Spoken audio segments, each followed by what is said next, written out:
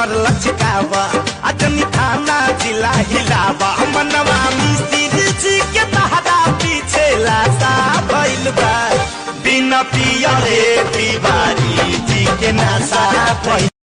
मारतारू miss कोल अभी गरम माहौल बदनाम करवई बुका गइया में। अरे ना हो जाना लागता बे मिले खाती अब तू कोरा में सुतावा घुसाई कियावा पमनवा के कैसे समझाई ये सोची सोची हमरा